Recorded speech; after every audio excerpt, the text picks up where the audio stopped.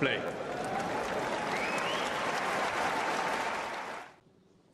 Okay. I think we should be there. All right. I think we're live. Oh, Damien's there. Damien, yeah. Hey, Carlos. Your tennis knowledge nemesis. No, not my nemesis. What? It's more of a brother, you know. We're part of a brotherhood. The Challenger Tour lovers, you know. It's not my nemesis. That's all. Is it because I solved your question? I haven't read any answers yet to the question I posted. Let me see. Let me check. Okay. You know what we're talking about. No, you fix that. Mario and I will do. Okay. Mario, hello. How you doing, man? We'll do ATP finals. Congrats on the Novak YouTube channel. I don't remember the name, but I've seen some shows. It's a really complicated name. Mario, tell us the name. No, it's easy. It's Novak Weekly podcast. Novak Weekly. I know. Yes. I didn't remember Weekly. You know what? I've got a name for a podcast, and it's going to be called The Tennis Podcast. How about that? What do you think? What? Someone's already got it? You're kidding me. Bro. You don't know who is behind us, right? I know. I do know exactly who's okay. behind us. He's there. That's why I said it. Okay. You got it, Damien. Of course you would have got it, but Yeah, you 17 was didn't just leave a bit time too much. for the others, you know, to answer. Yeah, that Hi, I Gene, by the actually way. screwed up, indeed. It could have If been you click Maximo on Gene's Gonzalez comment, as well. Antonio, yep, So, should go up on the screen. There you go. Antonio, our producer, is just copying what I say. Grande The other Antonio. day, Grande. Antonio Shout picked out. up my trash and put it in the trash can. So it's been great having him here this week. Yeah, John is smiling just because Man United won in the end. Yeah. We won 1-0 over the mighty Luton Town. You finally won. Well, we won a week ago. Also 1-0 last minute against Fulham. But the Luton is another Oh, yeah. specimen, you know. There's a lot of people tuning in right now thinking, I can't wait till they start talking about the ATP Tour finals. The what? The ATP, it's a tournament that begins tomorrow in northern I Italy. thought the Billie Jean King Cup was a big deal, you know, It for the is. next weeks. It is. Yeah. All right. Hopefully you can hear us all right. And we'll put our egos in check. Damien, do you want to get the ball rolling somehow? I don't know how, you know. I had this whole plan for the episode, and then you show up, then Carlos shows up. Sorry. I didn't have any plan, obviously. Are we just talking about the Turin preview? Because we had the stream. Oh, I guess, yeah, just have a quick reflection on Mets don't and... whatever you want. yeah, let's do really. it. No, Damien, you're the boss. Go for it. Why? I want you to be the boss. He just left you, Damien. Leave you stranded there, you know. He was Fantastic. fed up with you, man. Sorry. So yeah, I mean, we just watched Ugo Humbert claim the title in Metz, and Adrian Manarino claimed the title in Sofia, which was really important because the French year-end #1 race that was extremely pivotal. Both guys cared about it a lot. I actually think they did, but mostly about finishing in the top 20, maybe. But before this week it was France Cerundolo at number 20. Then suddenly it's Adrian Manarino in the live rankings, and now it's actually Ugo Humbert. But yeah, what do you guys have to add really about these two, Humbert and Manarino? You know, the fact that they had such excellent campaigns and finished it off I think it's in style. it's the best way for Humbert to finish the year because he really deserves it. I think he has shown that his form is well capable of winning a title, and you gotta take advantage of these 250 before they disappear, because I think in the end they will disappear. And Ugo did that very well, you know. I think the court suited him. He was in fine form. He wasn't like really tired or jaded after the whole year. He really approached the end of the season in fine form. And so pretty much nothing to add. He was one of the favorites to win it. Congrats to him. I think this well-deserved finish in the top 25. Top 20 even. Yeah, 20. Yeah. He's finally in 20, right? Yeah. He's going to be 20th, Manarino 21st. Well deserved. I think his latest form should be even closer to top 15, you know. Maybe not top 10, but over there. In indoors, maybe close to top 10. Post US Open in general has been Yes. quarterfinals every time, other than the Paris round 2, where he almost beats Zverev as well. So perfectly fine there, yeah. And he's also from Metz, right? So is he? Must be even more special for him. Wow. Yeah. And Jack Draparov is from Sofia, so that's cool. Go on as well, Mario, because I know you watched that match we just saw with Shevchenko and Humbert. No, sure. I mean,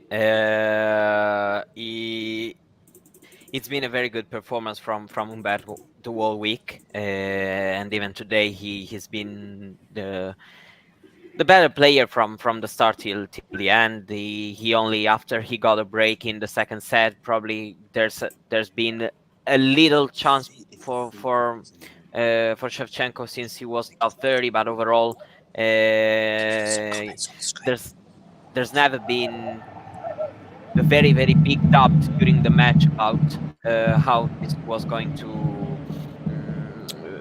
end, because Humbert really showed a better level today. Yeah, great season, even because it comes from some bad and tough moments on and off the courts for him. You know, we were asking ourselves probably at the beginning of this season if he would have been back where he was in 2021, and he even went even further, because not only he has been back to the top 30, now he also broke the top 20 wall. And sure, he also, as I also was saying during the commentary, is also a player who is entertaining to watch, even because he's sort of a big time player. He always plays good for example, in finals. He always won in the main tour finals he played. He also has a good record against the top 10 players, because he has an even record against them. So he is a guy that that he's going to bring the entertainment. He's able to step up and playing at the level required to the occasion. So yeah, I think that for sure he is a good presence in the top tennis landscape right now. He's playing unbelievably well, and it's also been a nice comeback story his own this year. So very well deserved end of the year. Since he almost always played at a really, really solid level, and especially in the end also because he reached very good result in the biggest stages, also Shanghai, Basel, always pretty consistent at the top. Somebody there saying they love us and our accents and wish they knew where we're all from. So actually, it's a pretty international lineup if you look at it. 4 people from different countries. Yeah, but it's still a bit Western, male, white. Yeah. You know, Yeah, probably minorities more like the show, right? No, that's what you mean? we are a bit. I'm not sure. I was going to say we're a bit one-dimensional, but maybe Damien from Deepest Dark Poland brings a little bit of. Today from flavour Deepest Darkest Sweden. Oh yeah, right. He's in Sweden right now. You're going to Danderyd. Damien tuned in at about Last 1 p.m. and it was already dark outside. Wow. Wow. Enjoy the Challenger, man. I know the entry list got a little bit weakened, but it's still pretty amazing, you know? Like it's 20 pretty players amazing, man. fell off. No, I mean, obviously, it's not something that I care about that much. Although, obviously, the first one was really good. But yeah, I just mostly came here because the flights were so cheap. So, I mean, you have plenty of more chances to interview players than what we had this week. Don't worry about it. I wish I was there. No problem. Yeah, I can imagine. Yeah, this is why. Yeah. I don't want to go to major events. Sorry. Yeah, I'd rather stay here. There we go. What did I want to say? Oh yeah, so I'm from the UK. From Spain, Seville. And we've got Damien, who is from Poland. Well, yeah. Yeah, that's where I know you're from Poland, Damien. I just thought I'll let you fill in the gap. You know, should I to show you how smooth we are on this show. Okay. here we go, Damien. Look, this is how it's done. And Mario is from. Italy, in southern There Italy. we go. Oh, there we go. But I just interrupted him as he said southern Italy. Yeah. I'm still in charge of the Billie Jean King Cup title. There we go. Right now we've got. I know this is ATP Weekly, but we've got Canada against Czech Republic in a. Leila is 4-1 up against Is Bondrusova. she? Oh, good. We might have a Doubles. final doubles Yeah. match So showdown. instead of watching that, you guys are here talking to us. I know. Yeah. We come here to work, not to watch tennis. Don't worry, Damien. Don't But the worry. thing Okay. is, watching tennis is kind of Yeah, if you were writing the report of the match, or whatever. Yeah. No, but we'll watch it a little bit later, But all for you guys. I'm all for you. I could be watching the match and I'm still doing ATP Weekly with you. That's how much I like this channel. So one of the biggest honors. let's get into one of the groups: green, red, purple, turquoise. I don't know what other colours they got going on there. Beige. There should be a beige group. Tsitsipas would be in that one, maybe. I Tsitsipas don't would be know. in the Tennis is green, so we can start from the green group. Let's do it. If you know I like- which one the, I the like that green group follow-up. is. Like I know it's red and green, but I have no clue which one is which. Who's in each group? Yeah. Okay, let's go with the green group, Mario. The green group is the group with Novak Djokovic, Yannick Sinner, Stefanos Tsitsipas, and Holger Rune. We think. I saw the issue, but so far it's still Stefanos Tsitsipas. Then we have to know what's going to be, what's going to happen, since both yesterday and today he stopped practicing. I saw. Today especially he seems not doing well, but let's see. So far he's in it. Hubert Hurkacz is the first alternate, so yeah, we're going to wait to see what happens, but so far this is the situation. What do you all think about this group? Can I say something to Damien and Carlos, and Mario too? Mhm.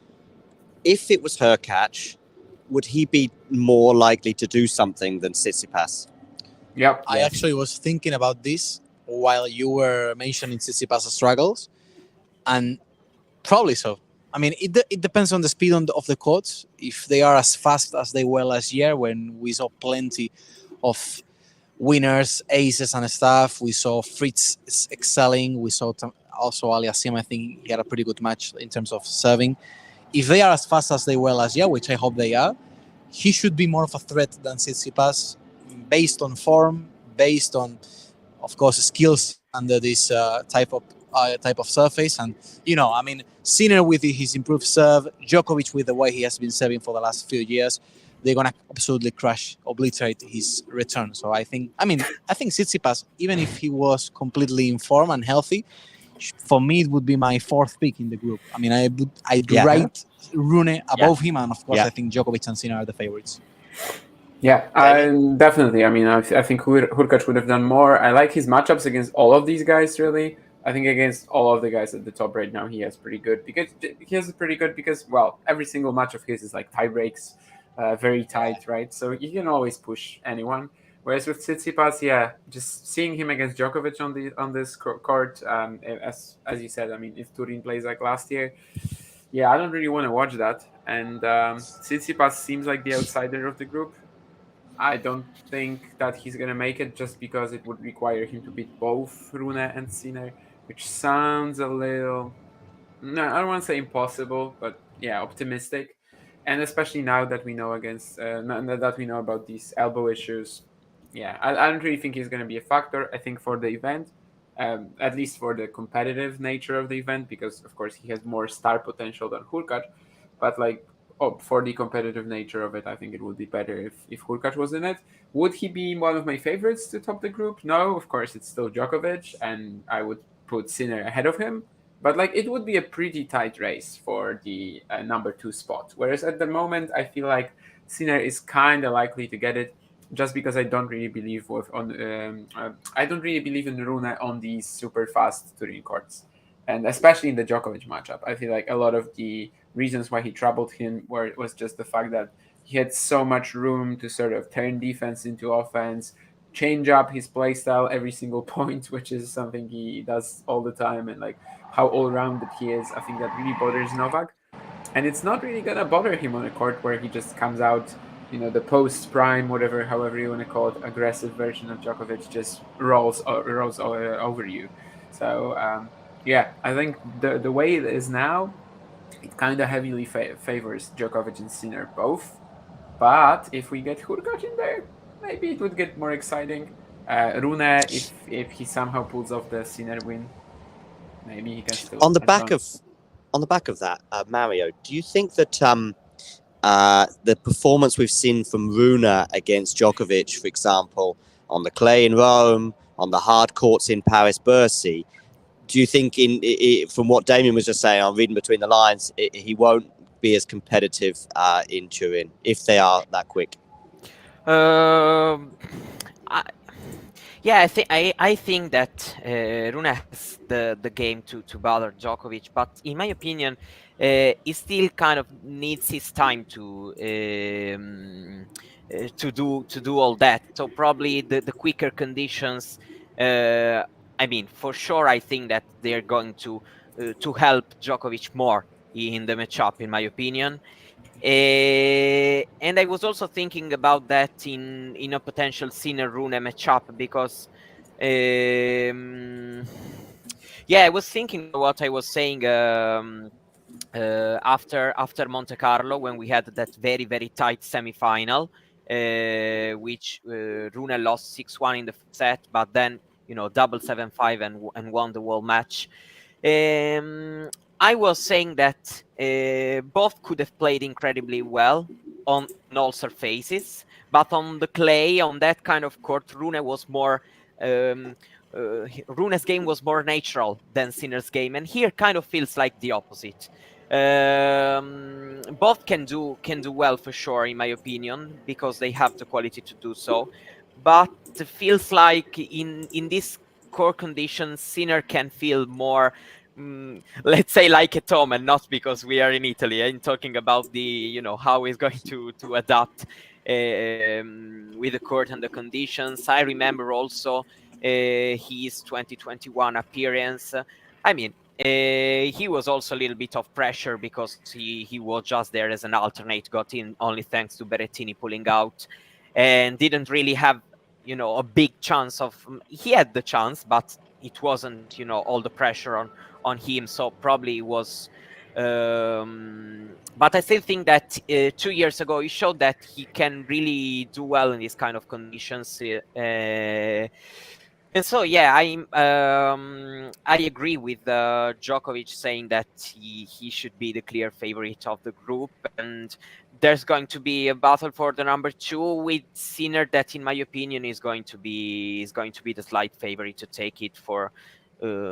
Also for he's also improved a lot in the last month, put it on a lot of things. I think that he's also pretty in form, so I'm giving him a slight edge. But overall, I think that there's still room for something to happen in this group. Let's see. But I agree with what both Carlos and Damien said about let's say the power ranking of this green group. Then I also think that Hurkacz can bring something different into it, and so maybe we can also have some. I don't want to say surprises, because we know Hurkacz can do really well. Dark horses, here, but yeah, let's say like that. I have this feeling. You like dark horses so much that I think you've probably got one at home, right? You've actually got a dark horse in your back garden. Not an animal guy, but in terms of tennis, in tennis terms, I really like, this kind of stories, underdogs, dark horses, journeymen, Damian knows what I'm talking about. Yeah, I know. I've got something to ask you, which is actually reacting to something in the live chat right now, which is about Djokovic and his motivation.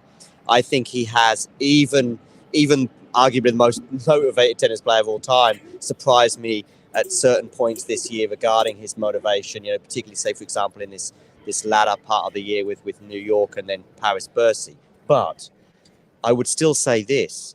I think right now, if you say to Djokovic, you can win Davis Cup or these ATP Tour finals, he might go Davis Cup. He's picking Davis Cup for sure. And I think he said it in one of the last interviews that he had. Of course, all the tournaments that are left in the season were big priorities for him. Paris-Bercy, I think it was the least preferred tournament to win, Sure. so to say. He won it still, even though he was sick, even though he had this stomach bug or whatever. He won it anyway. ATP Finals, of course, is tougher. You have the 8 best players in the world of the year.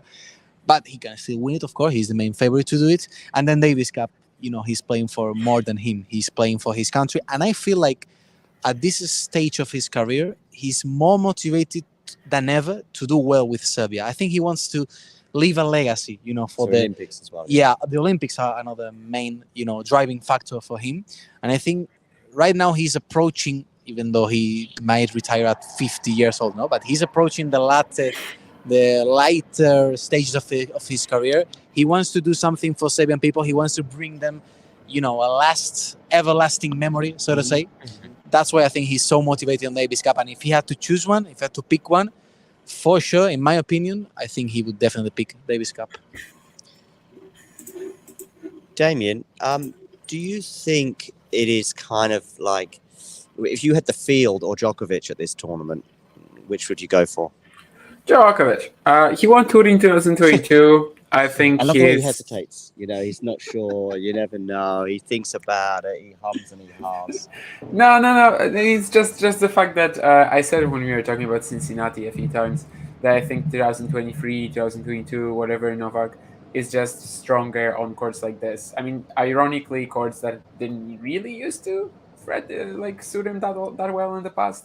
Cincinnati, of course, he had issues winning it for years. He lost multiple finals to Federer, I think to Murray as well. And right now, this is actually where I would be the most afraid of him. When a guy who returns like that, absorbs space like that, he also becomes like a top 10 server and a top 10 just +1 forehand player, then how do you even beat him? And I don't really know. Maybe you beat him because the sets in Turin have generally been pretty close, so there is a bit of that random aspect, but I don't know. It's gonna be very hard to stop him. I don't know who can. There are definitely certain question marks about Alcaraz. Sinner hasn't beaten him, and this has been a horrible matchup for him. So I still have to kind of see that these new improvements will actually stack up against Novak, not only against Medvedev. And Medvedev, PTSD after the US Open. I have it. He might have it too. So, yeah, I would take Djokovic, yeah. It cannot be a huge edge, him against 7 players, but it's definitely significant enough for me not to ponder it too much. I wouldn't be surprised if that means Layla's won the first set with that noise. So. Big thank you to Oliver Davis as well, becoming a new member. We always appreciate that. You'll get a few perks, including some exclusive stuff, interviews and stuff that I've been doing here that'll be for members only, and you can also get some perks in the live chat. So thanks to you, Oliver, for joining us, and be cool, be like Oliver and become a member. Click that join button just below the screen. Also become a member of Punto de Break. Thank you. Oh yeah, Punto de Break as well. If you speak Spanish, and even if you don't speak Spanish, you can. It's okay, man. Yeah. I'm actually glad that there's one member, new member, in the live stream that I'm in. I feel proud for you, man. I appreciate it. I want talking. By the way, I want taking things to grow. Sorry? You reacted to the new member more than I did. You were like, hey. Yeah. I was. You think it's because of you, though, right? No. I mean, it's not gonna be because of me, but I'm happy. I'm glad that there's new members. I'm glad that this channel is growing. You know that, so. Yeah, I do. Let's go. So, any more final things? I guess we should say the 2 players. I mean, I guess we can pick it up from what we've been saying. The 2 players that to emerge from this group. I have to say, actually, listening to you, I have kind of gone a bit cooler on Holger Rune. I mean, I think his second half of the season has been flat, let's say. I even think his run in Basel was probably a little bit draw dictated. As soon as he met someone quite good there, he lost. But then he did do well in Paris-Bercy, beating Thiem in straight sets and also, of course, pushing Novak as much as he did. So it's why I put him at 6 in my power rankings that I did a couple of days ago before the draw was announced. But I'm going to go probably like you three, I suppose, which would be Sinner and Djokovic to progress. I don't know if anyone else wants to differ other than that one. No. I kind of agree. Again, Damien, hesitating Damien. We will have a split in unsure. the second group, I'm sure. And we'll talk about that in a green second. or red. Oh, I'm not so sure. I think many of us are not sure about Carlos. I know I put Carlos second in the power rankings, but people think that power rankings are exactly like a prediction. They're not. It's just like, this is what the year has told me, if you like. Yeah. You can have gut feelings and you can make predictions, but they may be different. But we'll come to that another day. But anyway, yes. So anyone differ on? Anyone predicting Rune to qualify, for example? No. I think we're on board with it Djokovic. Also depends. I also think that Rune might have I don't know if it can count that much, but may have the some of the comments that probably most difficult. New member, for example. Facing Djokovic first. There you go. I know that in the end it's just one result plus another. But playing against Djokovic first, let's imagine that if in the first day Sinner and Djokovic both wins and then face each other in the second match. I don't know. It can also, if Sinner, for example, manages to win on Sunday, it can also have some psychological edge also in his, how he's going to follow up those weeks. So I don't know. I wouldn't like to face Djokovic in the first match. I don't know why I have this feeling. I wouldn't like to face Djokovic at all. Like whatever match. Kind of match, yeah. No, it's you know why? Because I know that it's a stupid stat, but I studied every year which matches in which order Djokovic won and lost. And I saw that at the time it was the second one, that in 2020 he lost the second one. In 2025 he lost the second one. In 2019 both the second and the third. It's also because if you are the number one seed, for example, you're going to face, the lowest seed also in the first match. Either 7th or 8th. He gets the easiest matchup first up. Yeah. I don't know. But everything, in my mind can count a little bit to try to make a prediction. No, but it's true. So, it's true. I think it's close, but I'm going with Sinner. I just want to say this is pretty much, I don't know the exact date, but because Mario's, into all this, I'm sure he does. It's basically his 1-year anniversary for coming on Talking Tennis. Really? Because we did it on the eve of Turin last year. I'm sure that probably Mario is going out on the streets of Italy tonight to celebrate his 1-year birthday. Party animal. Yeah. And of course, aligned with the fact that Italy are in the final, and Mario as well. Like we all know, if Italy don't win that final tomorrow, you don't want to go out onto the streets of Italy tomorrow because the hooligans will be out. I don't know if Italy loses tomorrow. I don't know if we're going to watch me ever again. Devastating loss. What's the word in Italian for the hooligans? The tifosi? Tifosi is good. Tifosi is okay. So worse. What's the word for hooligans in Italian? I think it's the same in Spanish. Ultras. Ultras, yeah, like the ultras, yeah. Yes, but it's a little bit different concept. Basically, we use the English words for that. Okay. Hooligans. For example, I wonder if it's there's kind of any universal hooligans, I think. Yeah, I wonder if there's any here in Seville, by the way. I don't want any problems in the stadium tomorrow. Ultras? Yeah. Yeah, there are lots of them. But... No, I mean for Italy. For Italy. I haven't seen I don't mean Sevilla Betis. Mario is coming, so... Yeah, he's hard. Yeah. All right, let's go over to the purple group, I guess. Oh, go on, Mario. Red. No, I was saying that I'm really interested to know all the opinion about the other group now, because it seems it can be the one who can, which can uh, divide a little bit more, probably. Yeah. Yeah. Well, Go on, Carlos. no, if you want to start, you can start. No, I want you to Just start. as an introduction. Well, I mean, actually, I read.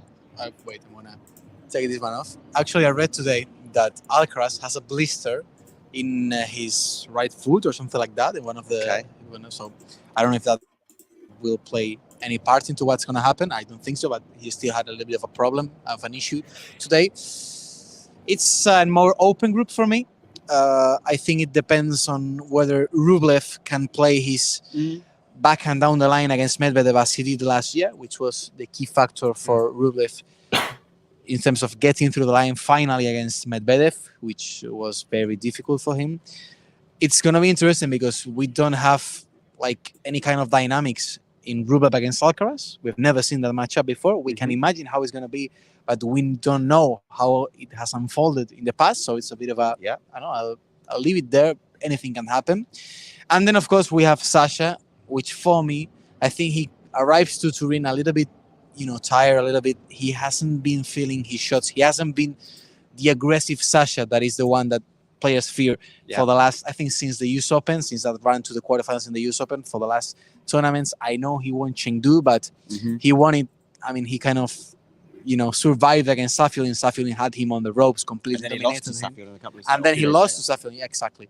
So I don't think he's in a good position to make something big at the ATP finals. He's more of a Tsitsipas to me. And then, of course, between Alcaraz, Medvedev, and Rublev, if we go by form, it should be Medvedev and Rublev. I think Medvedev has a pretty good shot, to do well at the ATP finals. But I think also Carlos was lucky to have Medvedev in his group and not Sinner.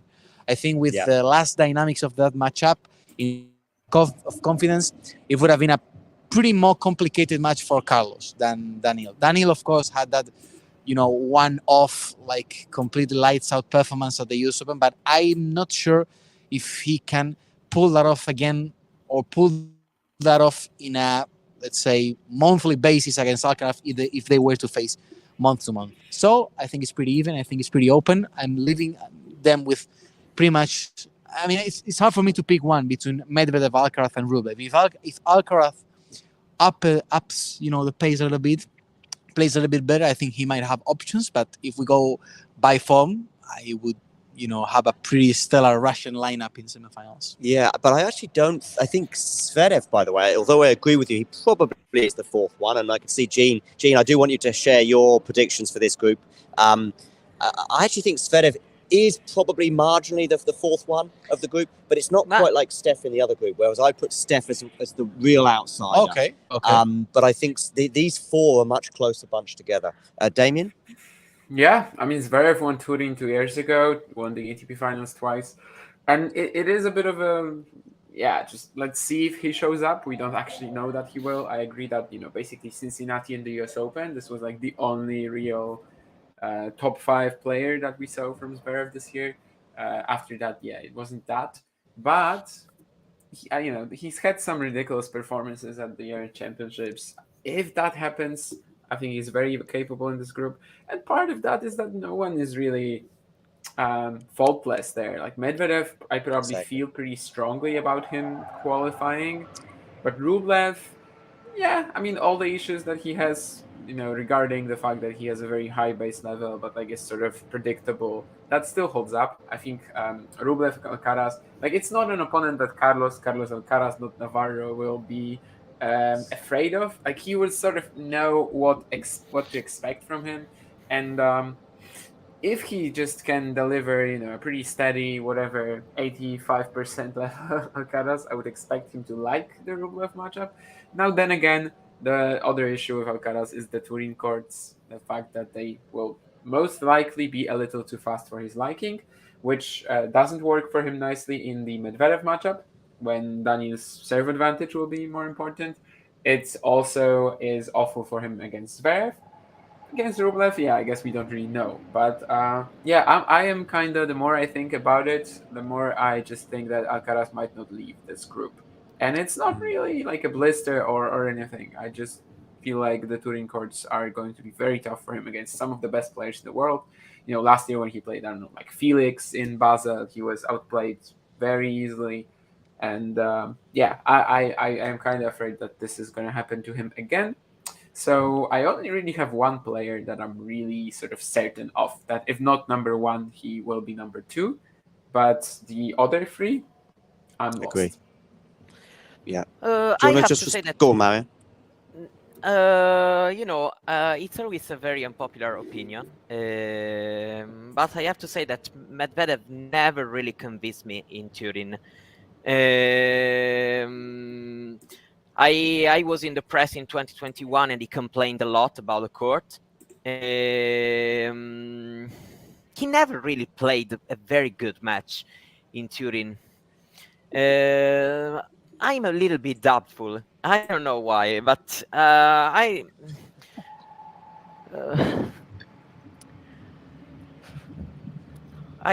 don't know. I'm not so sure that he's going to play that well as many people imagine. I know that this year Medvedev has been pretty much consistent and has played at a convincingly level more or less for the whole year, despite winning, all his titles till May and then losing in the three finals he played. But overall, he played at a very good level, and so yeah, I think that probably this year should be, of course, better than the last year, in my opinion.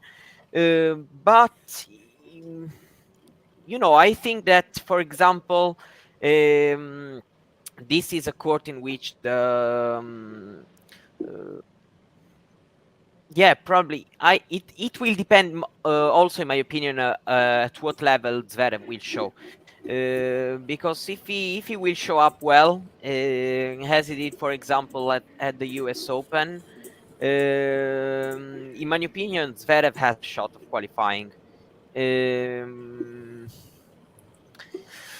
It's really difficult for me, this group. I would say that overall, Medvedev should do it, even if I repeat that I've never really been 100% convinced by him in the two editions he played here in Turin.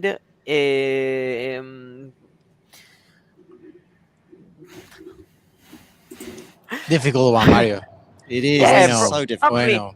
Probably I'm going with I'm still going with Alcaraz, even if I think that he can suffer a lot. I was thinking about the possibility of a player qualifying with 1 win and 2 losses. I don't know why. it can be possible. It's a close group, in my opinion.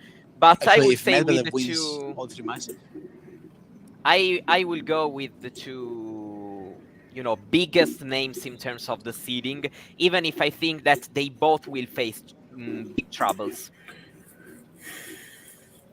Yeah, interesting quote then Go on, Damien. from Matthew. Just wanted to reply to that. I would not be that confident making Steph a strong outsider. He has head-to-head on Sinner and can certainly beat Rune.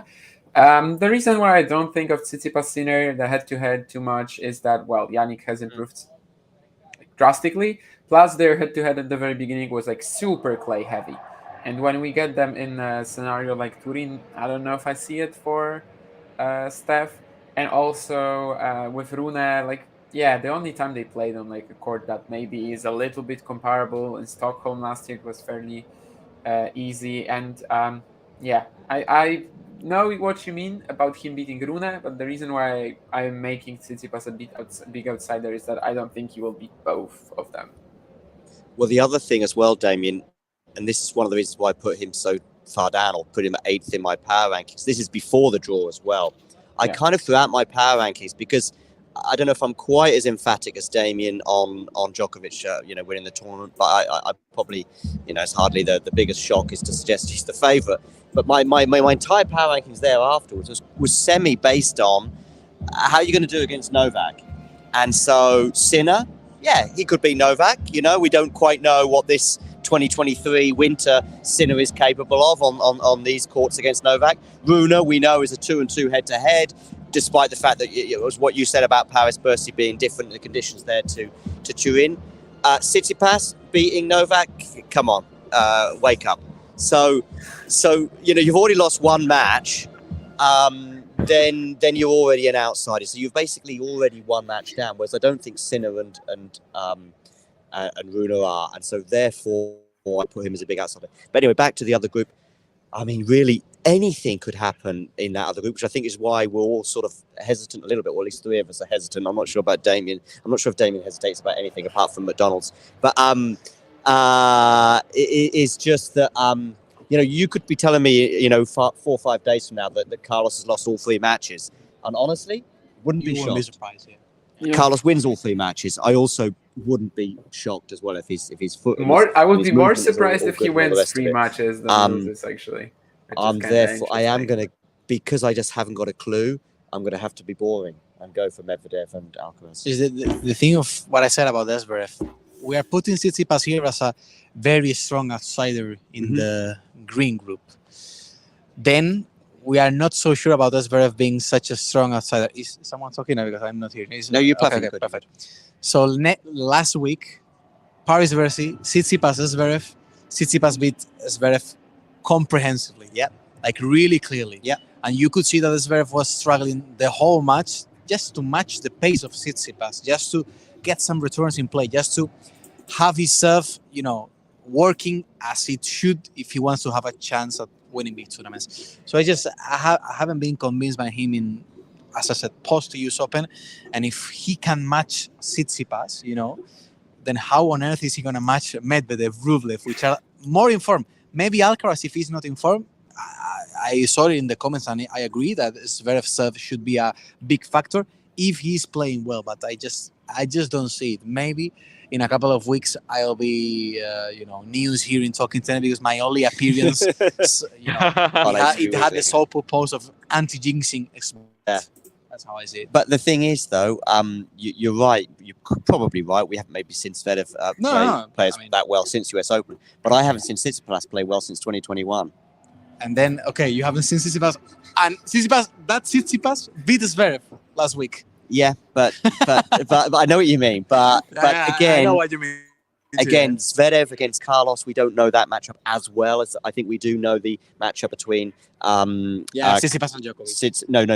Tsitsipas, but also Tsitsipas and Carlos. I'm also trying to go back before the draw when I was making this, saying basically we had 7 players and 1 almost. It's just that I thought if Tsitsipas is in the same group as Novak, forget it. If Tsitsipas is in the same group as Carlos, and as long as Carlos is okay, also forget it. Whereas I think Zverev against Novak, if Zverev plays well, could do something like he did in Australia a couple of years ago.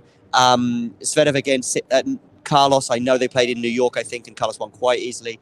But I think we went into that. We went into that US Open match between the two, thinking Zverev could do something to Carlos here, and completely. It wasn't completely, but I know what you mean. But he was kind of tired after the Sinner 5-setter. I know it was just one 5-setter, but you could kind of see at the Sinner match. Yeah, that's true. Zverev is probably even Sinner was dead after that match. Yeah, that Zverev is probably not going to hold up against Alcaraz. I mean, I agree with everything. No, the only example I have. It's a question of hunches, like whether Zverev brings it, whether Alcaraz doesn't. My hunch is that Alcaraz will not enter the semis, but I cannot really, in all honesty, I have to sort of side with Carlos there. I cannot really pick Zverev to be in the semis. No, I can believe in one performance. I can maybe believe in one performance, but not 3. And I think Mario and I are the same with Medvedev and Carlos, but neither of us have a clue, right? Honestly, in my mind, I always tend to give Rublev a chance. I think that the fact about Rublev is that in the matchup against Alcaraz, he can bring that high-paced baseline game that can bother a little bit Carlos. It's there where I can see, how he can bother Carlos in their matchup.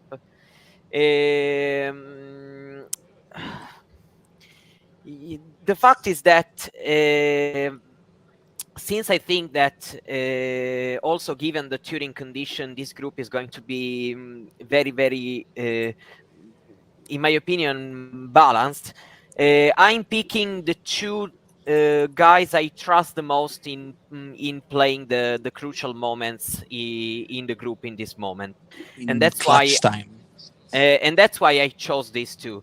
But honestly, the only performance I struggle to believe that it's going to happen again is the Rublev against Medvedev that we saw last year, and there I struggle to see this happening again this year. Damien, who are your two? Medvedev, as you said, and I guess by this logic, I have to go Rublev. It's really just a hunch that Alcaraz I think it's will not Mario and me. do it. We've gone Alcaraz and you've gone Rublev, and that's the difference. We've all gone, but like I said, none of us, I think, were really certain. No. It's really just one player that I feel like has a very good shot at making the semis. The fact about Medvedev is that you're sure that he's going to bring at least a certain level of performance. And he was so close to winning 3 matches last year. He lost 3, but he could have won 3. Yeah, you're right. All right. Unless we've got anything else to say about this multicolored group, which I've already forgotten I which one want it is. to ask you one thing. Go on, Mario. Given the format of the ATP finals, if you have a player like Novak, would you rather, have him in the group, face him in the group stage,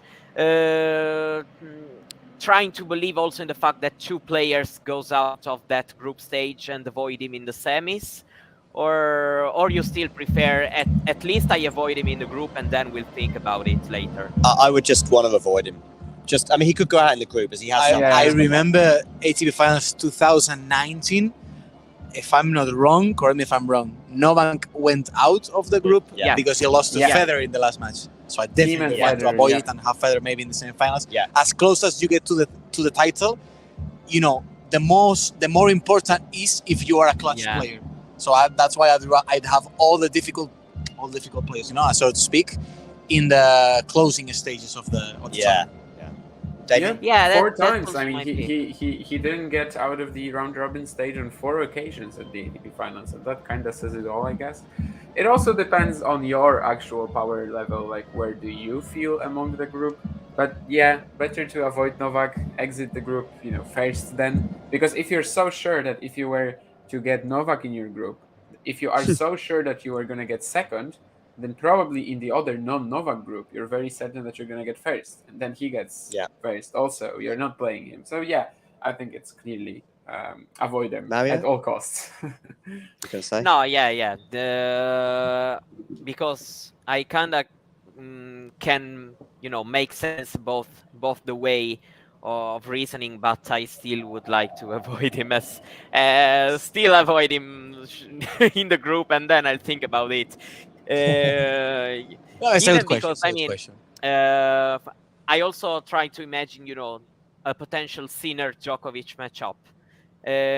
I can see more, of course, Sinner winning the round robin match than a potential final.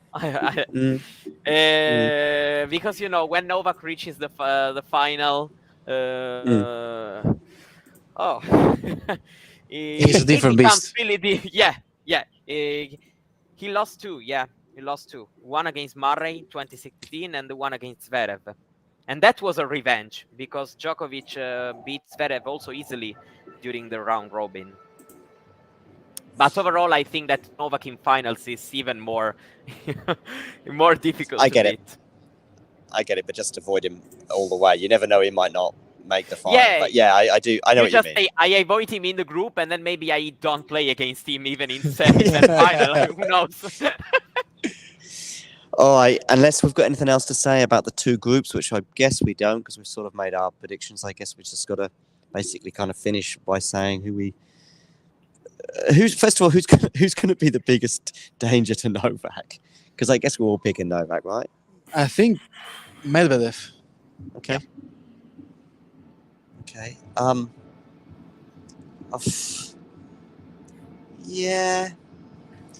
mean, it's like, who's gonna beat Novak? Yeah. There's only maybe 3 or 4. Sinner. Maybe. Maybe. Somebody these are said the to me 2 the other day. strongest. It wasn't you, was it, Carlos? Someone said to me the day that that they thought that Sinner might just sort of... Yes. The thing is with Sinner, what I feel, this was before the draw was made, which I think For me, Sinner is looking better after the draw, after the group. But for me, the thing with Sinner is it may be a double-edged sword to play at home. Oh, yeah. Who knows if he feels the pressure? I mean, he's not usually one to crumble under pressure, but he's had a couple of matches where, for example, with a heavy crowd, he's not done so well. Maybe Rune Monte Carlo comes to mind.